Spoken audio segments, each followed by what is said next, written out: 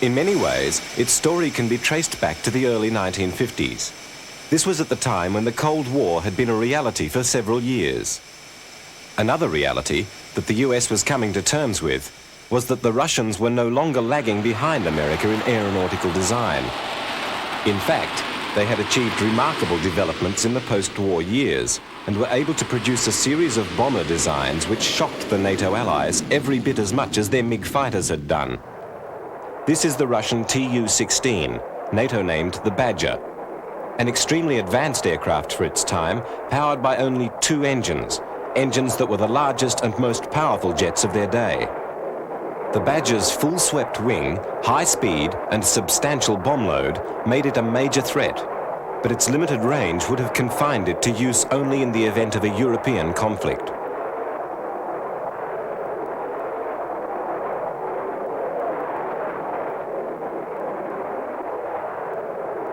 No such constraint applied to the Tu-95, the Bear. This design was to prove an excellent investment for the Soviet military, its sole user for over 30 years. Its jet-driven propeller provided fuel economy which enhanced its range to reach North America from Russian bases. But it was the M4 Bison, whose existence was discovered in the late 1950s, which constituted far more of a strategic threat. The Bison combined the speed of a pure jet with the range of the Bear. Unknown to the Western planners, the M4 was not built in the large numbers of its propeller-driven counterpart, though their concern at its capabilities were well-founded. A fast, high-flying target like the Bison called for a different type of weapon than had previously been used in fighters: air-to-air rockets. Non-guided rockets were fitted to the fighters of the day, which were designed for high speed and high climb, with some also designed to offer particularly long range and all-weather capability. Thus, the early Super Sabres, Delta Daggers and some Voodoos, together with Northrop's Scorpions, all in their time used basic rocketry, dedicated to the purpose of responding to the perceived threat from the Russians. If conflict had ever come, large numbers of jet fighters from Air Defense Command would have used thousands of rockets to provide a wall of destruction before the new Russian designs.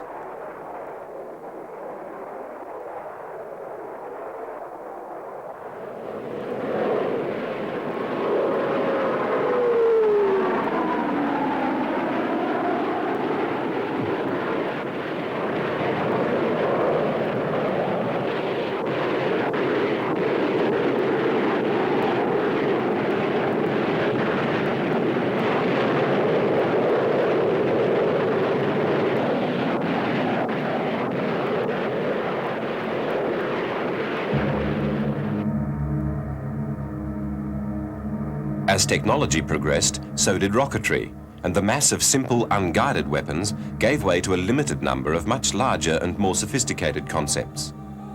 Missiles were now guided, and some even contained nuclear warheads, to be fired far ahead of the launching fighter to create a nuclear barrier, far worse than conventional rockets.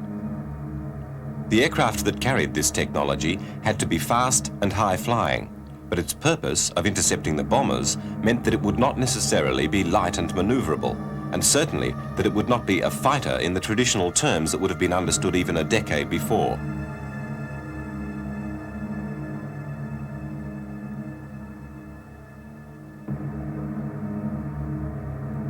This commitment to producing an aircraft that would be known as an interceptor rather than a dogfighter was to leave the Air Force deficient when the conflict in Southeast Asia arose. Delta Daggers were ideally suited to protecting American airstrips and other installations from North Vietnamese bombers. But during the entire campaign, no such attack took place, and the 102s were suited to no other purpose. Vietnam was a different war, and the aircraft that the US Air Force would confront were nearer to the older definition of fighters: highly mobile, adequately fast, and economic. In some ways, they were almost primitive. However, against Western technology, North Vietnamese MiGs gave a very good account of themselves in a dogfight scenario. The most successful US fighter in the conflict was the F-4 Phantom. Very fast and extremely powerful, it used several levels of guided missilery and a second crew member to assist in their firing, in a combination that was to prove the best the US could offer against the agile MiGs.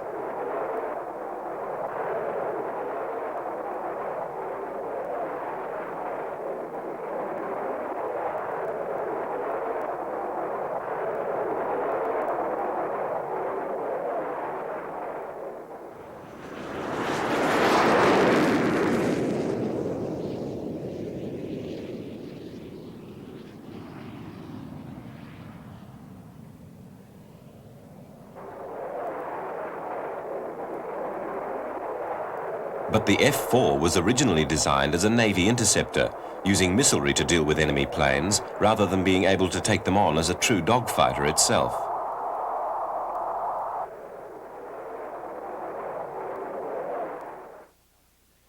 Even before the conclusion of the Southeast Asian War, the Navy, in light of the revealed limitations of the F-4 in fighter-to-fighter combat, was looking for a more versatile interceptor, which it found in the Grumman F-14 Tomcat.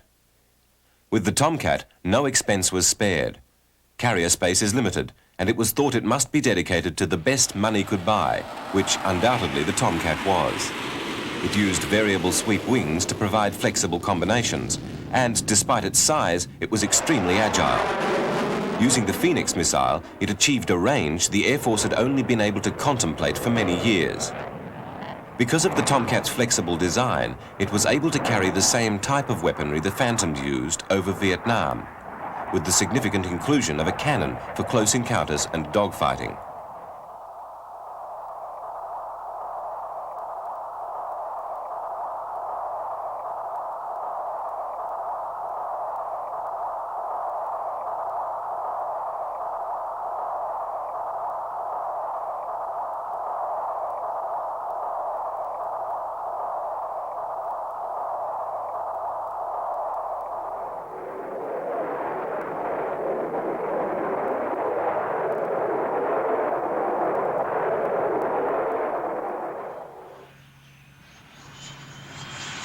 Where the Navy went for a multi-purpose replacement for the F-4, the US Air Force decided to build a new, dedicated air superiority fighter. For this role, McDonnell Douglas developed the F-15 Eagle. With a more defined mission, the Eagle didn't require the second crew member of the Tomcat or a variable sweep wing, but had to combine enormous speed and range with agility and a heavy firepower. The F-15 Eagle is today still probably the best single fighter concept available anywhere.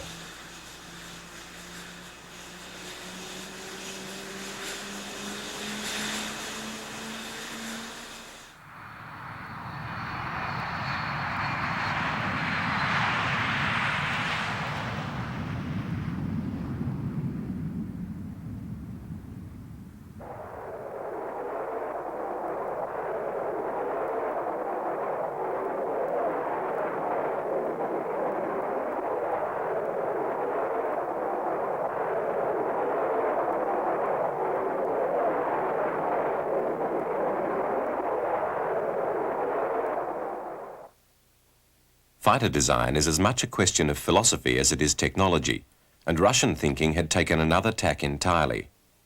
Their defence hinged upon large numbers of clever, if perhaps basic planes like the MiG-21. This aircraft had earned great credit over Vietnam, and still to this day, supplied in quantity, provides value for money as a fighter. Opposing this was a US philosophy of striving to achieve the highest quality. But the sheer numbers of Russian fighters caused the US to think about its designs again.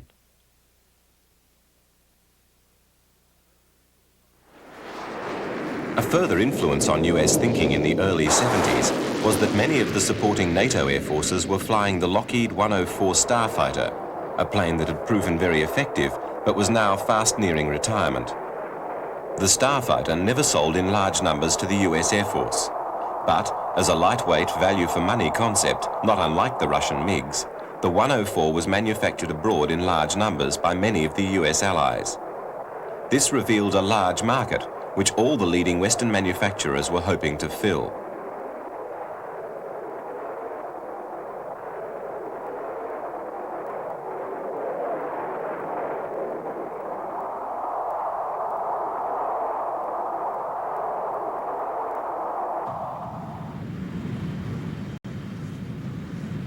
The French, with their Mirage F-1E, offered a sophisticated lightweight fighter that could well have replaced the 104 as a value-for-money plane.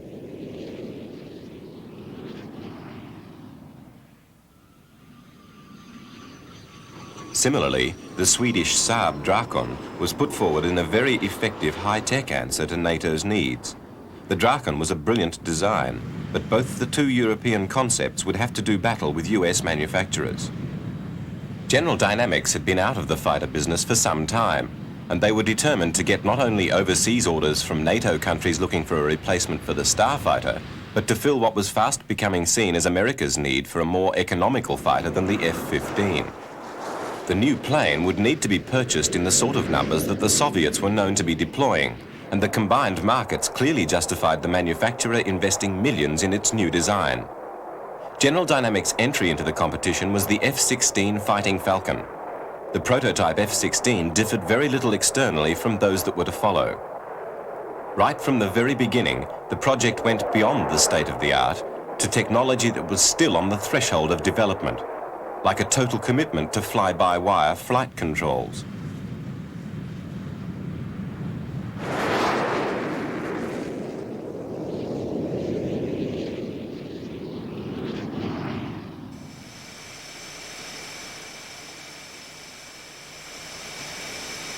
Despite the predominance of large US jet fighters, there'd always been a school of thought which advocated the virtues of lighter designs, like the F-104 Starfighter. A later design, the Northrop T-38 Talon supersonic jet trainer, demonstrated the philosophy of light versus might using two small jet engines in a thoroughly efficient airframe. The T-38 was a clever, economical and simple design which Northrop offered the Air Force as a tool to train its fighter pilots before they went solo.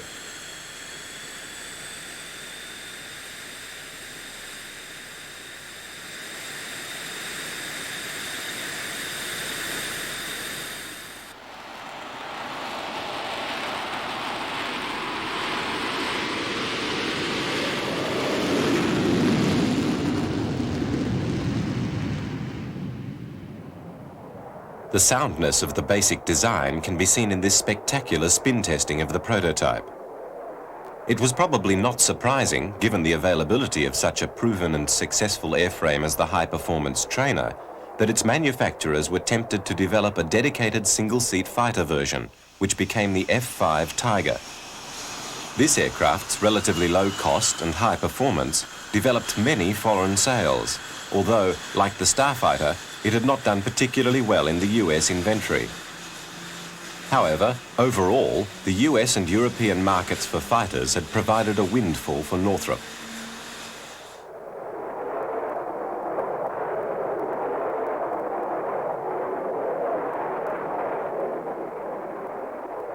The company continued to develop the F-5 shape to provide even more maneuverability, and in the process extended the area where the forward section of the wing joined the fuselage into a forward strake. The product of sophisticated fuselage development, the forward strake concept, together with some other T-38 legacies like the commitment to two light engines, was in the early 1970s to be incorporated in Northrop's next design, the F-17 Cobra. The Cobra was larger than the F-5 and offered many other advances, like the twin fin concept. But the model's lineage was still quite distinct, and Northrop hoped that the design, together with the company's proven experience with overseas clients and a wealth of knowledge gained in producing lightweight planes, would make it the winner in the fighter competition. The company canvassed the NATO air forces heavily with the prospect of buying this new aircraft.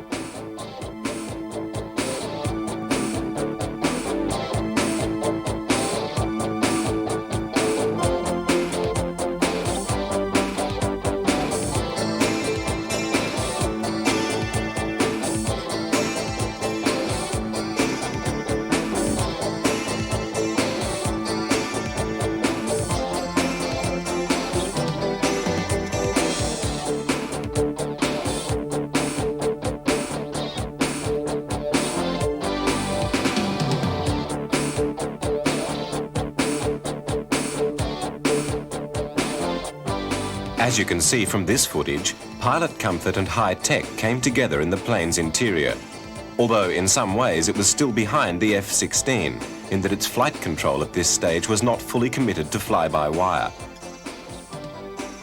If Northrop could obtain a high proportion of the potential overseas sales of the new fighter, its factory in California would be able to retool after the end of F-5 production.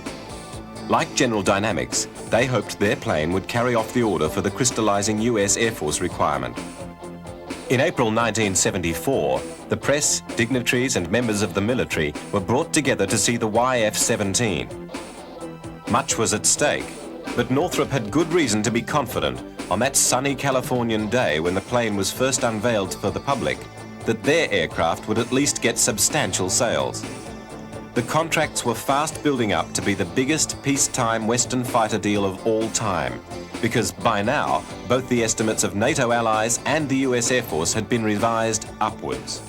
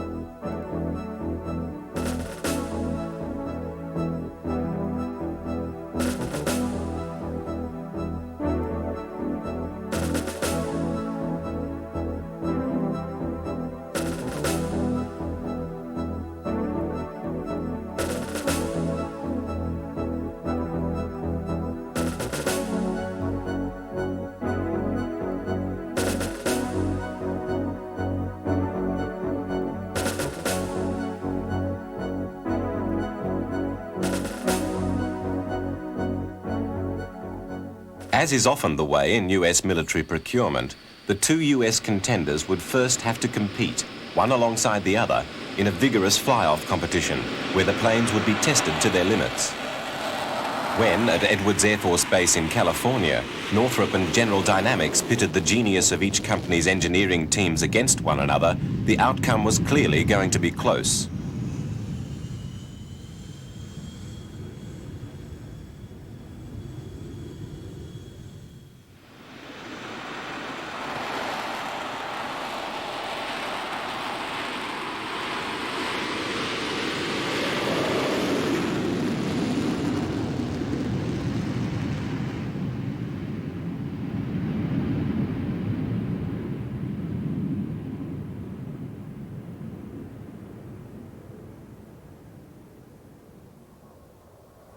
Both aircraft handled superbly, but at the end of the day, General Dynamics got the US Air Force contract with its Fighting Falcon. The one engine of the F-16, though a more expensive plant than the F-17s, had advantages of commonality, as the same engine was already in use in the F-15, and therefore service skills and spare parts were already available. Long before the fly-off, General Dynamics had committed their company to production preparations in a massive gamble that they would actually win the day.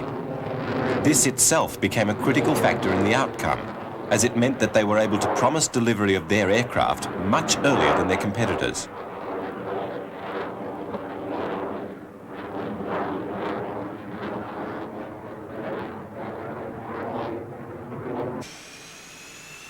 The Cobra had shown some shortcomings, in that its air brake, shown here, was thought to be less than fully effective, and there were some concerns about its range. There's no doubt that, coming from a long line of light fighters, the Northrop plane was a superb aircraft. But, with the economy of scale that General Dynamics would enjoy with their Air Force order, the Fighting Falcon scooped the pool for local and export markets as well. The F-17 was relegated to the pages of the history books. Just one more design that didn't quite make it.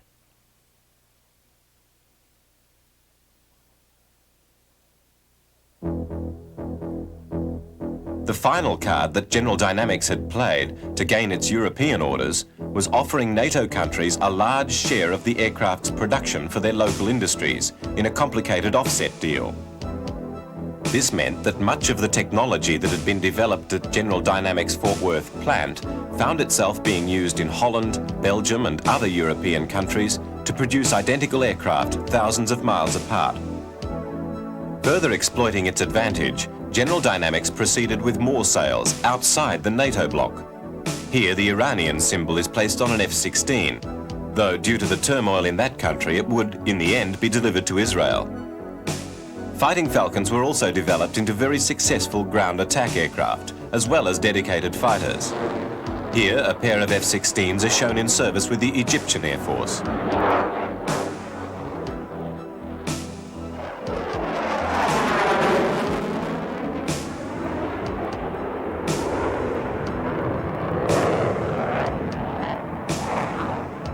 This Danish twin-seat version demonstrates the agility of General Dynamics' high-tech solution to the lightweight fighter and attack requirement.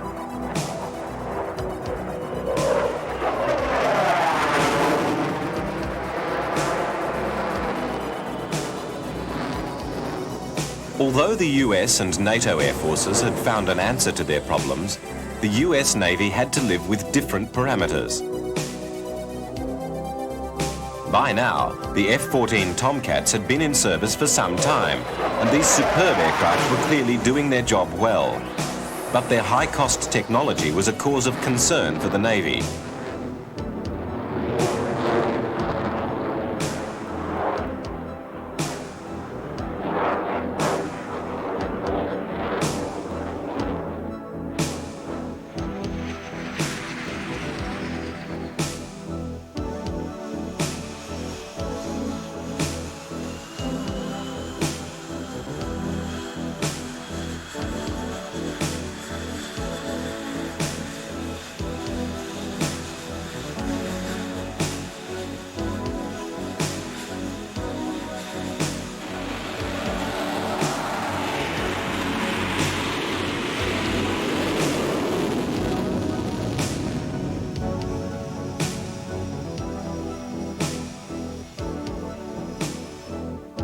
Another problem the Navy had to contend with was that the A-7 Corsair II attack aircraft were nearing the end of their service life. In its time, this design had been very successful. Developed from a dedicated fighter, the A-7 Corsair II had seen considerable action over Vietnam in a strike bomber role, with unflagging and unchallenged efficiency. But now, as the 1980s approached, and with many years of service on their wings, a replacement was needed.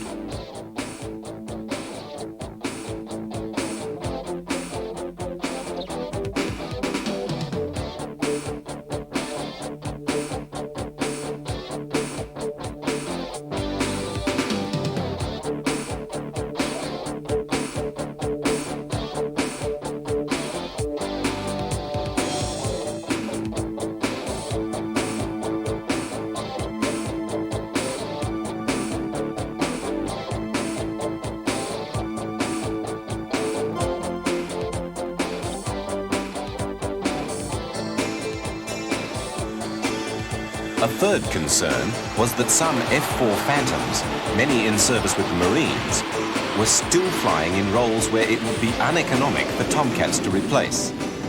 Confronted with these three influences, the Navy too needed an economical alternative. But there was no way it could consider the single-engine F-16, with its lightweight undercarriage, a suitable answer.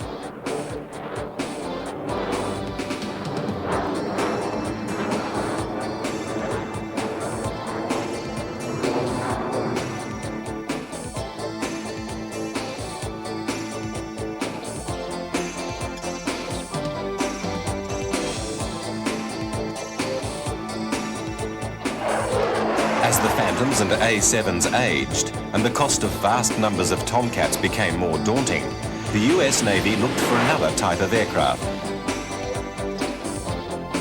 McDonnell Douglas, who manufactured the F-4, were well aware of the Navy's needs and set out to look for an economic multi-role answer to the problems. For over 40 years, the McDonnell name had been catering for the Navy's needs. The Navy's first jet fighter, the Phantom I, built by the company, first flew during World War II. The Phantom 1, which was McDonnell's first design to go into production, was considered a major achievement for its time. And clearly, the Navy were impressed with the company's ability to work within the demanding requirements of carriers, which are vastly different from Air Force requirements.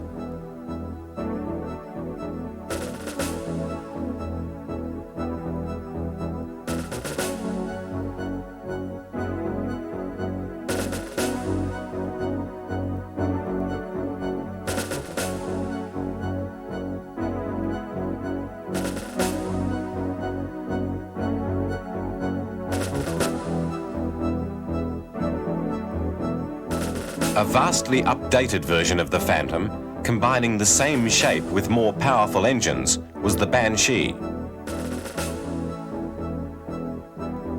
This aircraft, shown here flying in front of a Phantom 1, was an unqualified success. The manufacturer's second production design really did hit the mark and confirmed their reputation. Its arrival was timely, because in the Korean conflict, it offered aircraft carrier commanders an extremely powerful ground attack weapon. Over 900 Banshees were produced at St. Louis and saw McDonnell well on its way to becoming a world leader in naval fighter design. McDonnell's next offering was a single-engined plane with a swept wing. Slightly underpowered at first, the design nevertheless went into successful mass production as a fighter and a reconnaissance aircraft. Its arrival brought with it the beginnings of naval use of guided missiles.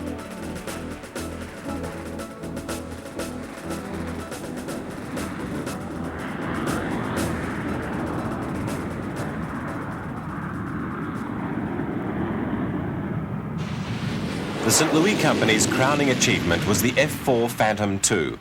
Over 5,000 were produced for both naval and Air Force requirements. The 25 years of attention to the unique problems of the Navy had paid off for McDonnell, who were now prosperous enough to acquire the giant, long-established Douglas Company. In the late 1970s, McDonnell Douglas turned its energies to serving the Navy's latest need. Mac Air had had some design and financial involvement in Northrop's F-17 project, and thought the Cobra's potential was so great that they set out to isolate and eliminate the few significant bugs in the package. Provided in two versions, fighter and attack, it could well fulfill the Navy's requirements. The company took the F-17's basic layout and with their vast naval experience modified the design. For Navy use, it had to provide folded wings to be accommodated in the limited space of a carrier. More range, more powerful engines, and a totally upgraded state-of-the-art cockpit, which would sit in a completely redesigned front section, would be incorporated in the new aircraft. There were thousands of modifications. New forward sections and wings were to be built at McDonnell's St. Louis plant, but the manufacturing of the bulk of the fuselage and fin were to be at Northrop's Hawthorne factory, on the jigs made to be used on the F-17 project had it gone ahead. Thus, two great aviation companies, interestingly enough both relative latecomers, neither in existence much before World War II, came together in a combined effort to produce the aircraft. Here, a pilot enters the Advanced Flight Simulator, which will give accurate indications of the aircraft's performance in a variety of situations, even before the design is fully manufactured. You can see the improvements in the displays added to the basic F-17 cockpit in what is only a matter of a few years. The navalized F-17, retitled the F-18 and given the name Hornet, steadily progressed in development and the prototypes went into production.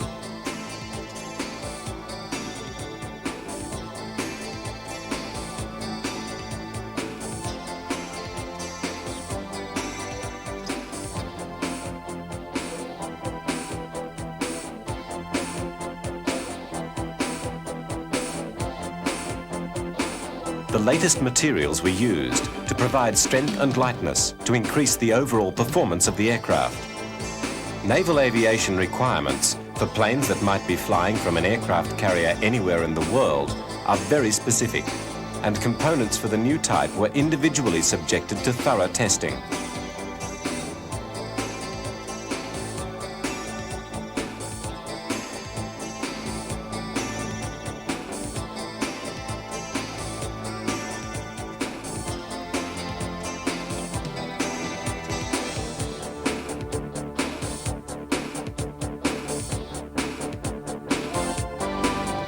Here, naval officers working with McDonnell engineers view a mock-up of the first F-18 Hornet. Made of wood rather than production materials, this model gives a good indication of what naval crews might expect of the real thing.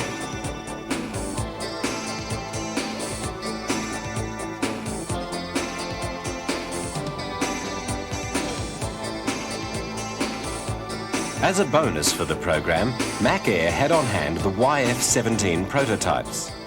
These were regularly flown, giving service and company pilots an opportunity to experience flight characteristics similar to, if less advanced than, those of the new aircraft, itself still yet to be put together on the St. Louis production line.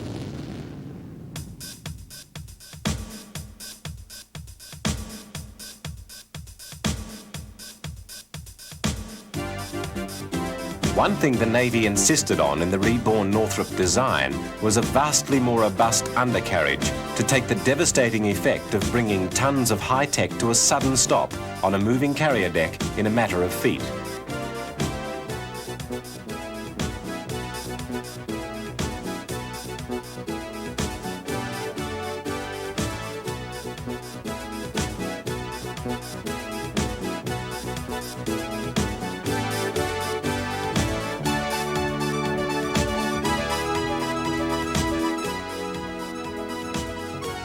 Here, the totally modified forward section, with McDonnell's wings, both produced at St. Louis, are brought together in preparation for mating with the fuselage, manufactured in California and flown in on an Air Force freighter.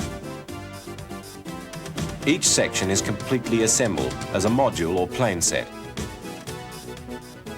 Although McDonnell refined the plane so that the Navy would adopt it, clearly Northrop had played a major role in the aircraft's production. The similarity of the F-18 to the basic Cobra design leaves little doubt about how well thought out the F-17 actually was.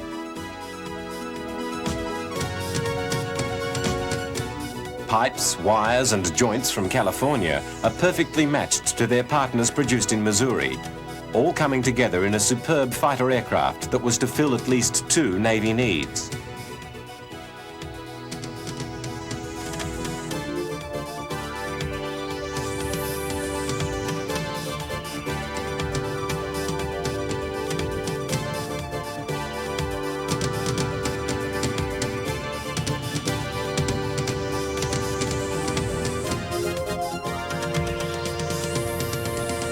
The first of the 20 pre-production F-18s rolls out of the McDonnell Douglas production plant.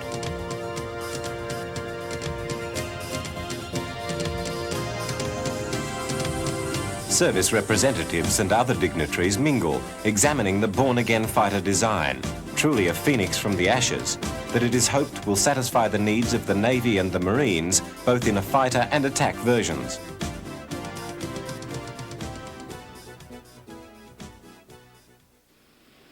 Taking to the air for the first time, the F-18 handled perfectly.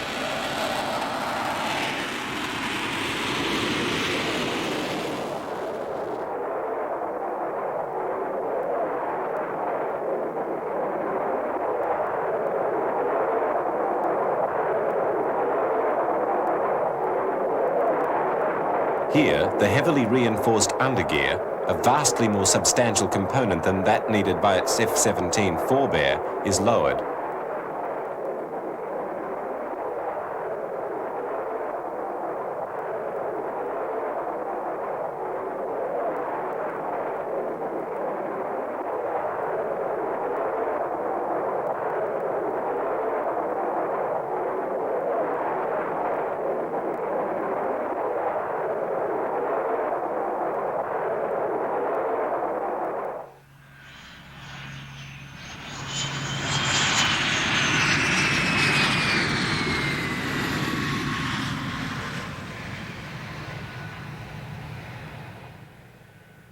Before any fighter can go into service, the pre-production models are put to and beyond their limits. Each one of the 20 pre-production aircraft will be given a specific role in which to examine the ways of the Hornet.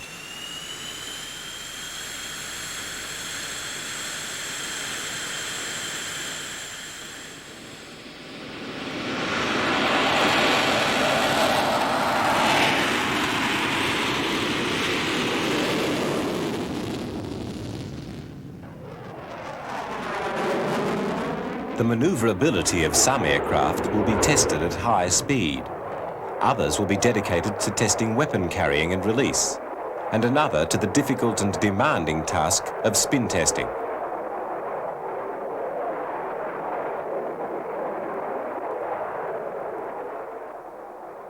In actual fact, the Hornet had excellent tendencies in the spin situation, and control was easily regained.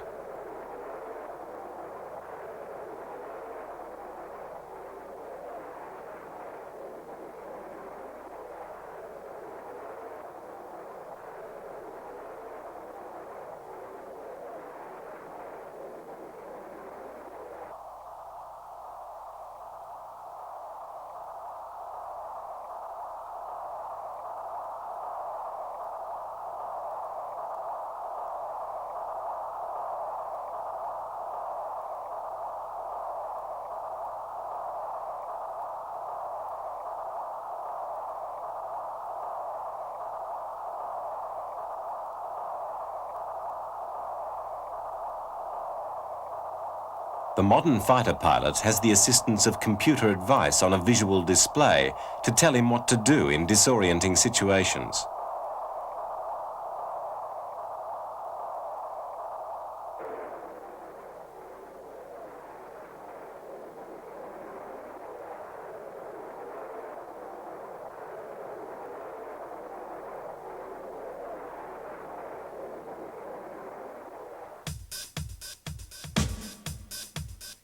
Another of the initial 20 found itself in the hands of the Air Force, where, looking quite bedraggled and sorry for itself, it was subjected to bad weather conditions in an artificial environment.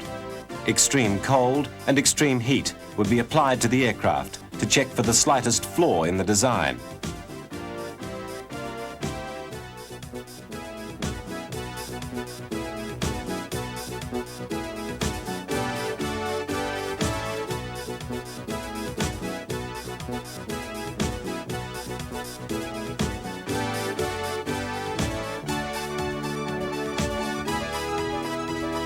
Back in naval hands, one of the test F-18s, all of which were identified by blue or red markings on the wingtips and nose section, was subjected to carrier landing and takeoff procedures on a land base.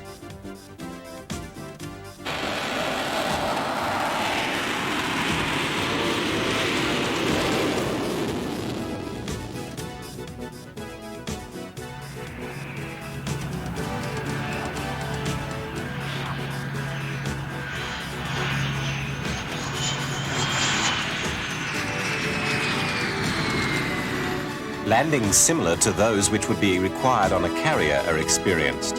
The most dramatic phenomena can be seen in this test series. Catapult takeoffs and high angle of descent landings put the prototype F-18s through their paces.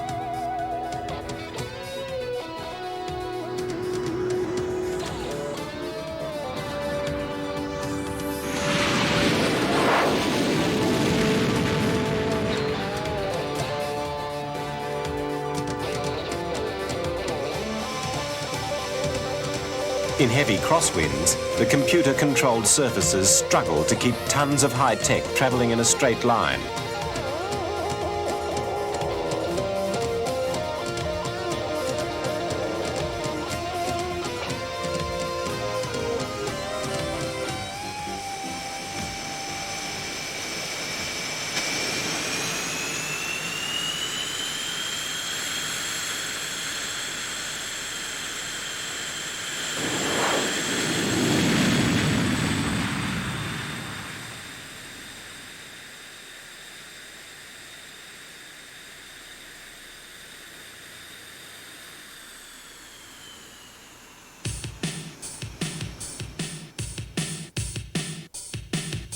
On the 30th of October 1979, the first F-18 carrier landings were made, with Lieutenant Commander Dick Richards at the controls.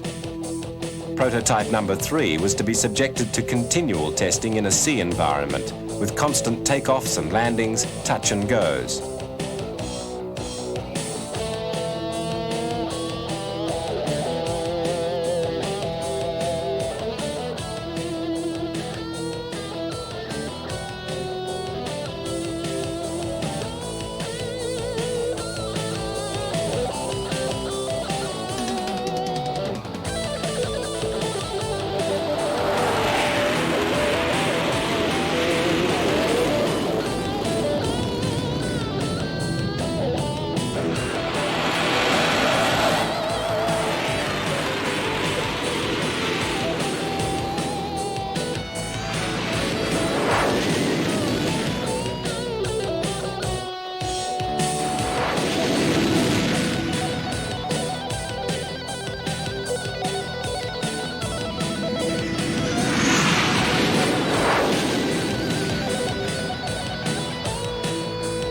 eventually the ultimate challenge, carrier landing at night.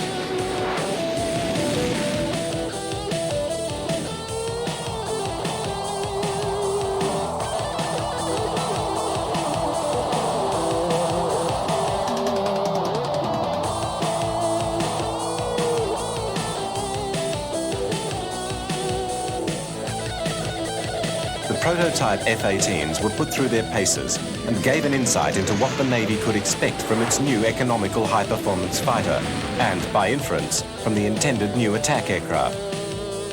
The combination of McDonnell's clear understanding of naval requirements with the original genius behind Northrop's clever evolution of sophisticated lightweight fighters was clearly impressing the Navy as a potent answer to its problems. Interestingly, the excellence in the overall design was such that it never became necessary to make separate fighter and attack variants.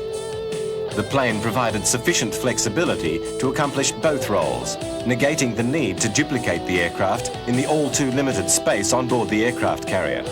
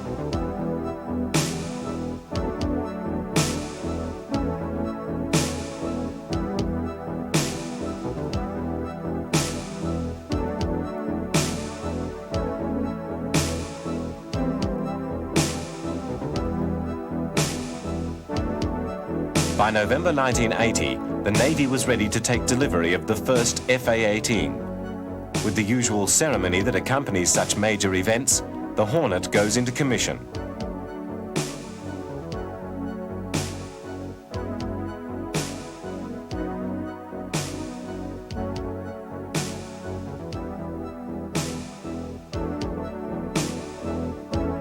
For the commanding officer of the first squadron to receive the FA-18, Captain J.W. Partington, This is obviously an occasion of some considerable pride.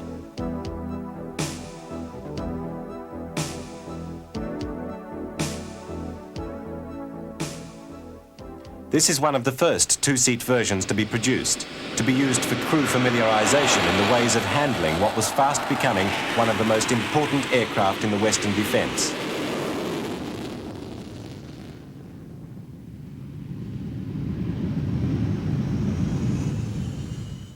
The Marine Corps' first plane was celebrated with equal occasion, as this service took delivery of the aircraft that was going to replace its ageing F-4 Phantoms.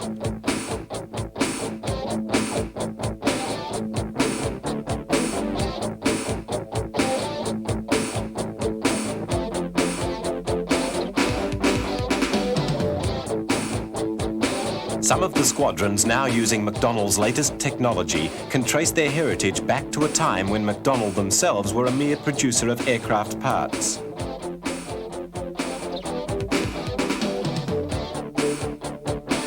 It was likely that Flying Leathernecks would have as much success with their aircraft as they had with McDonnell's legendary Phantom II.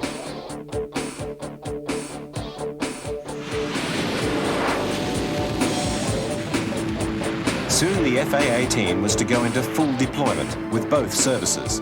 Marine pilots alongside Navy with identical aircraft, although the roles that they perform may vary greatly depending upon the mission requirements.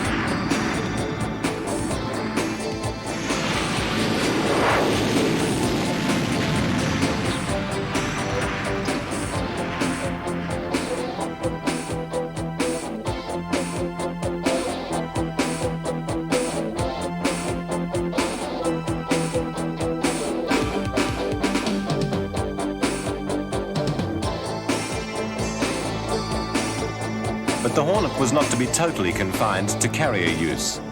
Reversing the failure of its F-17 predecessor, it was to successfully win many overseas orders. CF-18 Canadian Hornets were ordered by a nation that had previously owned both Northrop and McDonnell aircraft. Canada had long preferred the provision of two engines over one when flying in harsh environments.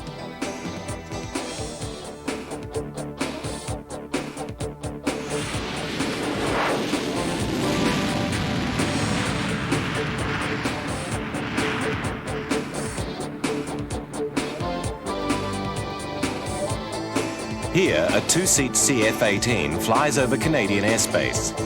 If you look carefully under the cockpit, you'll see a clever Canadian innovation. The lower surface is painted with a black shape, which is designed to confuse enemy pilots in a dogfight. At speed, an opponent might not be able to tell whether he's looking at the top or bottom of the Hornet.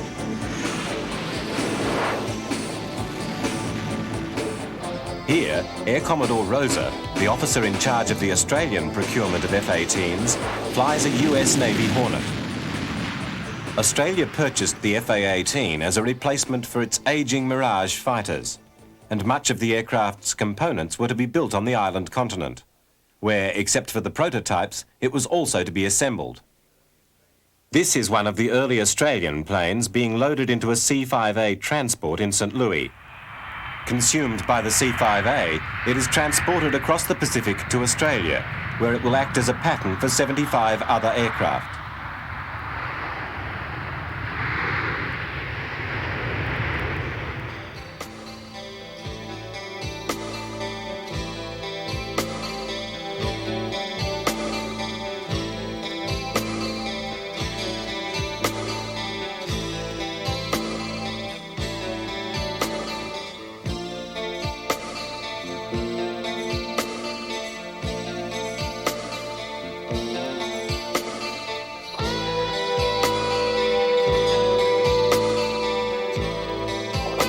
high-tech fly-by-wire, the benefits of the twin-engine concept, and the extra hardiness built into an aircraft for the rigours of naval aviation all come together in one superior model that will represent the Royal Australian Air Force's front line of defence for many years to come.